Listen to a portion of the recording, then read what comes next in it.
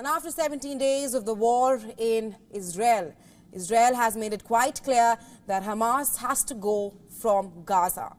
Well, the Israel Defense Forces say that their mission is to dismantle the political apparatus and the military machinery of Hamas, which begs the question, at what cost for Gaza and its inhabitants?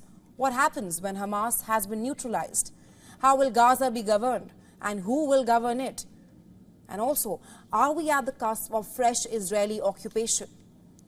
4 scenarios are being talked about in Tel Aviv and Washington as to what could the coming months look like. And rather, what could the coming months have in store for the Gaza Strip?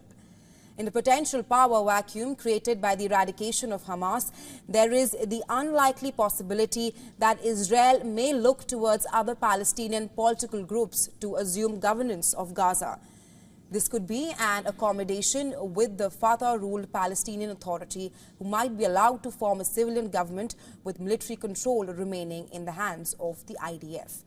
Well, this seems unlikely as the Palestinian Authority remains unpopular in West Bank due to deep-seated corruption issues. Fatah briefly came to power through elections in Gaza between 2005 and 2007. However, it lost the mandate to Hamas in succeeding polls.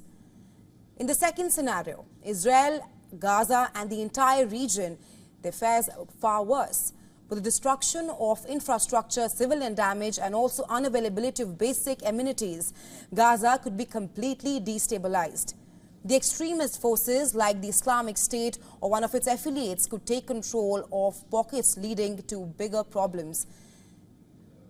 We're talking about bigger problems in southern Gaza cities like Rafah. A destabilized Gaza could also birth new extremist groups worse than the militant group Hamas. Meanwhile, the third scenario has an indefinite Israeli reoccupation of the Gaza Strip. Israel did control the coastal conclave for close to 40 years before it pulled out in 2005.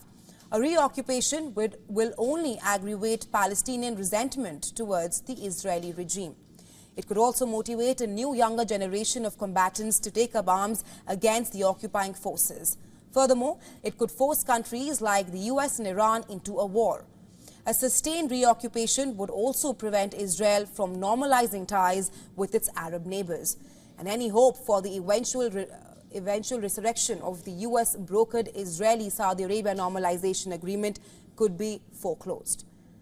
Lastly, there is also the unlikely possibility of international trusteeship of Gaza that would see the interim governance of the Strip while permanent solutions are worked out. This would be similar to the mandate system that predates the creation of the Israeli state.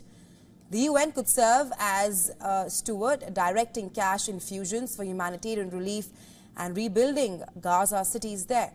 The peacekeeping forces could oversee elections as well. While the final scenario may sound good on paper, the mediation, coordination and agreement between all the parties involved in the war is highly unlikely.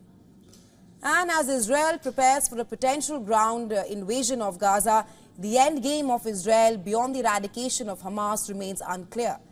And so does the fate of the people of Palestine.